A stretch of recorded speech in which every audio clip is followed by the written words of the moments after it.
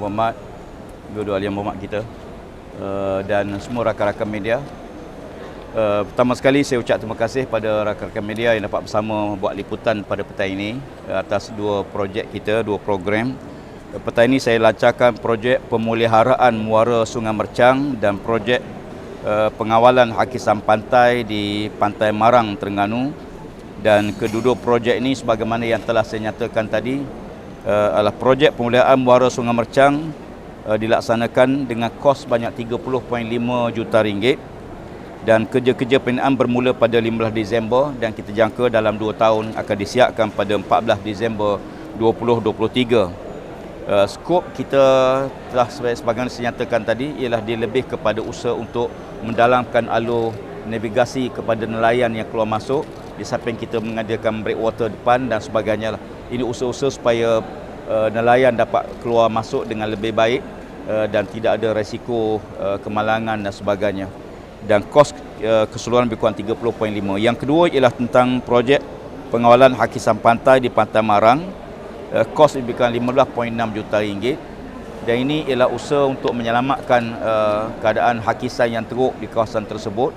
Dan sebagaimana yang telah saya nyatakan, dia merupakan projek fasa pertama dan dia akan disambung bagi keseluruhan kawasan Pantai Marang tadi.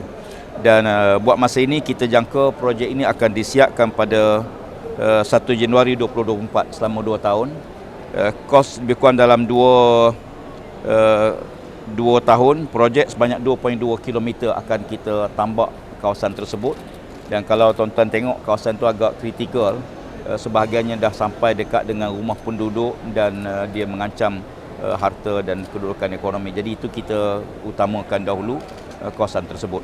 Dan insya-Allah untuk makluman bagi RMK 12 ini, bagi Terengganu saja kita laluskan 1.55 bilion ringgit, dan untuk RP3 ni kita akan tambah lagi 20 projek baru untuk di seluruh Terengganu dalam RP3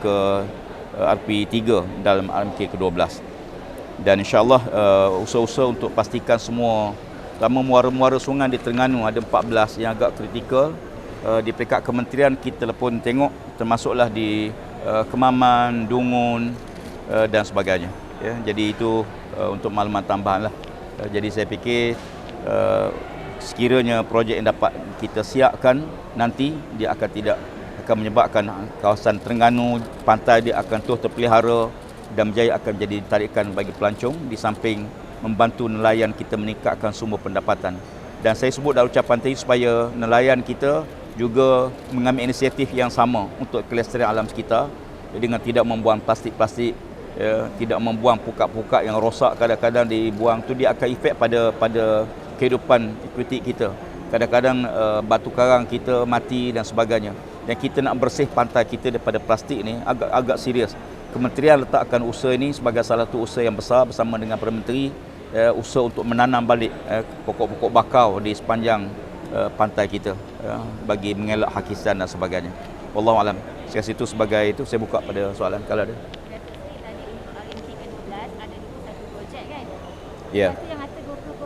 Ini RP3. RP tambahan. RP3 ni dalam rancangan Malaysia ke-12 tu, ya, dan dia diikut RP1, RP2, RP3. RP3 ni 20 projek. Hakisan pantai dan muara. Ini tak termasuk tempatan banjir. Banjir kita ada protokol lain.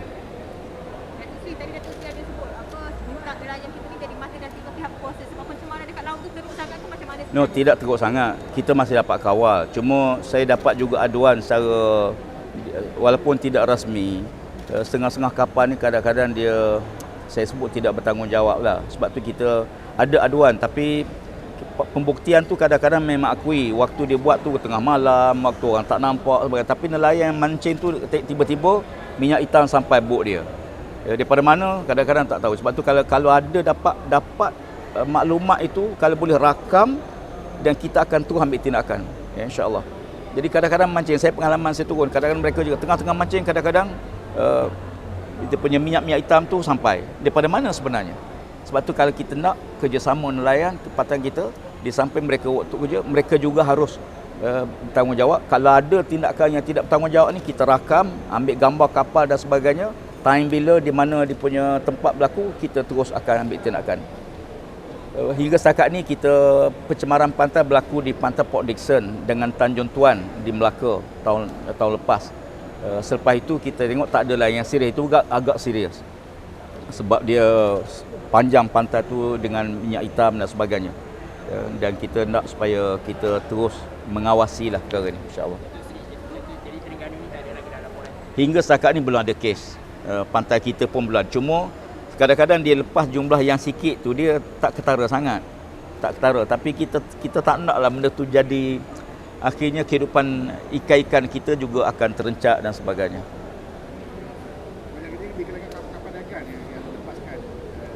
Biasa kapal-kapal ni mereka nak jimat kos. Sebelum penukaran kadang dia buatlah, ya, pembersihan dan sebagainya. Sepatutnya minyak-minyak ni dia mesti diproses ikut prosedur dia. Dia kena sampai di jeti, dia kena proses. Bahkan kalau kita cuci kapal di atas kapal, minyak-minyak daripada kapal tu akan turun ke laut. Ya, walaupun dia taklah besar sebab laut kita luas, tapi kesan kita tak nak kesan macam tu. Kalau plastik pun kita jaga, apatah lagi minyak. Jadi saya nak supaya kita lebih sayangi lautan kita. Datuk Seri, maksudnya minyak tu bukan daripada kapal dagang dan juga kapal nelayan asing juga lah kan? Yang lepas kita tak dapat kenal pasti, cuma bila kita simas aduan secara tidak langsung bahawa minyak-minyak yang dibuang, pembersihan kapal yang sambil berjalan dan sebagainya itu yang kadang-kadang mengganggu. Ya. Hingga setakat ni kita belum ada, saya sebut tadi, hingga setakat ni daripada saya mula pegang jawatan ini, ada satu kes saja pencemaran pantai disebabkan minyak tumpah, iaitu di perairan Port Dickson dan Tanjung Tuan di Melaka. Itu berlaku tahun lepas. Kita habis call lebih kurang 1 juta lebih untuk buat pembersihan pantai itu. Datuk Seri, nak tanya pasal isu perkembangan sungai yang pencemaran dekat Karang. Setakat ni dah ada apa perkembangan? Alhamdulillah kita dah ambil tindakan. Penguasa Jabatan Sekitar Selangor telah pun bertindak dan kita telah pantau tentang warna sungai yang merah tu kan. Dan kita kena pasti puncanya daripada satu pembuangan, ya, tapi tak tahu siapa yang buang tengah malam ke tepi sungai dan masuk ke sungai. Dia bukan daripada kilang berdekatan, sebab kita pantau kilang-kilang tu nampaknya tak ada kilang yang mengeluarkan itu. Saya suka nak ingatkan bahawa pencemaran sungai ni mereka buat ni kadang-kadang tengah malam, waktu hujan nak turun, ya, waktu hujung minggu, tempat yang tak ada manusia, tak ada penduduk. Jadi sebab tu kita sekarang kita banyakkan denai sungai kebangsaan. Sepanjang sungai tu kita akan buat denai. Tujuannya kawasan-kawasan yang terselindung ni, yang jadi tempat buang sampah ni, kita nak elakkan. Kesedaran sivik lah. Jadi kita dah ambil tindakan dan pihak JAS, Jabatan Sekitar Selangor, bertindak dengan pihak polis untuk membuat siasatan terperinci tentang punca daripada mana. Dan saya nak tegaskan, kementerian tidak akan kompromi dengan mana-mana kilang yang buat pencemaran.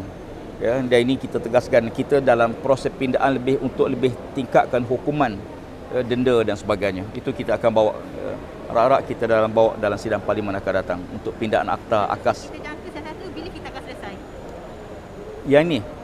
Yang ini mereka telah buat siasatan. Saya pun dah baca laporan. Hingga setakat ni dia bukan punca pada kilang-kilang, dia punca pada tindakan tidak bertanggungjawab pihak tu yang membuang di tepi sungai. Datuk Seri, setakat ni sisa buangan tu berbahaya tak untuk penduduk setempat, untuk ekosistem dalam sungai? Kajian, kita buat kajian pada air, dia punya para air tu tak ada bahaya sangatlah. Cuma warna tu merah dan sebagainya. Saya memang tak boleh tengok benda macam ni, ya. Dan saya harap kalau ada tindakan yang pihak yang dapat tangkap, tindakan tegas kita akan ambil lah. Datuk Seri, so far setakat ni berapa banyak kes pencemaran yang telah direkodkan sebenarnya? Oh, data tu saya tak ingat juga. Tapi alhamdulillah lah, kita ada kes bawa penjara, kita penjarakan pesalah, dan ada kes yang kita denda tu biasa, gantung operasi 2 bulan 3 bulan, operasi kilang. Ya, kita ambil tindakan dia buat akta sedia ada lah.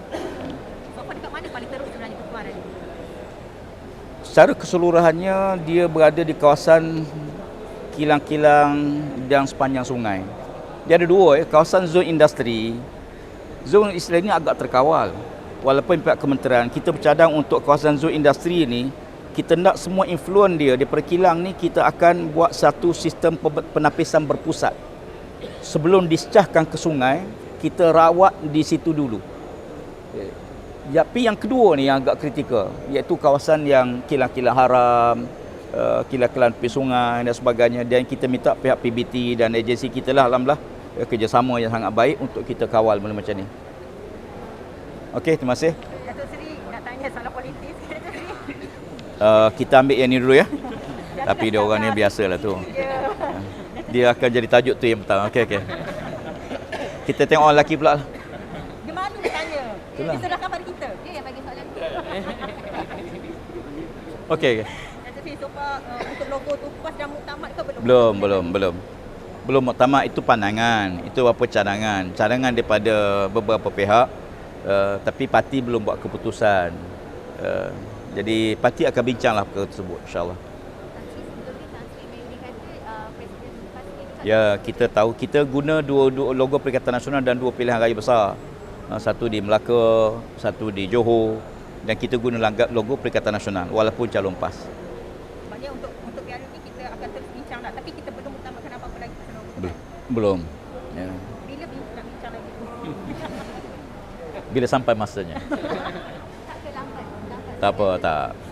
Tak apa, insya-Allah. Maksudnya apa yang dikeluarkan oleh Tan Sri Muhyiddin pun pandangan ataupun itu adalah secara dasar. Saya fikir apa yang disebut tu ialah berdasarkan apa yang telah kita setujui sebelum ini, iaitu pilihan raya Melaka dan Johor yang kita gunakan satu logo. Ya. Okey. Datuk Seri, berkenaan dengan statement Timbalan Pengurusi Johor, kata Menteri Parti Cak Ayam, komen sikit. Saya duduk tengok juga siapa Menteri PAS yang Cak Ayam tu. Bukan dia lah yang buat penilaian. Penilaian prestasi menteri ni dinilai oleh Perdana Menteri. Bukan oleh orang di luar daripada tu yang tak ada kena-mengena, yang ada kepentingan peribadi, yang ada masalah tertentu. Bagi saya yang berhak menilai ni selain pada rakyat ialah Perdana Menteri tentang kabinet dia. Ya. Dan kita pun sentiasa ada pertemuan, pelaporan dan sebagainya pada Perdana Menteri terhadap prestasi-prestasi kita. Dan alhamdulillah kita Menteri PAS, Timbalan Menteri PAS, kita adakan pertemuan pun dengan Perdana Menteri untuk kita berkongsi, tukar pendapat apa yang perkara perlu kita baiki. Hingga setakat ni alhamdulillah lah, prestasi kita sangat baik, walaupun kita tak nak nilai diri sendirilah, biar Perdana Menteri yang menilai, dan bila masyarakat menilai kerja kita. Yang penting kita buat kerja sungguh-sungguh dan terpulang pada rakyat. Ya. Jadi dengan kenyataan tu muafakat nasional pasal Tak ada isu, tak ada masalah, insya-Allah. Kerajaan kabinet berjalan dengan kukuh, dengan jayanya. Program-program di peringkat kerajaan berjalan dengan lancar walaupun pelbagai parti. Sebab kita bila masuk dalam kerajaan, kita duduk dalam mesyuarat kabinet, kita tak fikir kepentingan parti dah. Masing-masing kita harus utamakan kepentingan rakyat. Ya. Contoh banjir lah, banjir bukan kira parti apa pun banjir macamnya. Ya. Jadi oleh kerana itu kita bekerja bersama walaupun pelbagai parti. Alhamdulillah hingga setakat ni berjalan dengan baik, kerajaan pun stabil. Masalah yang berlaku kita cuba atasi bersama. Ya, insya-Allah. Terima kasih.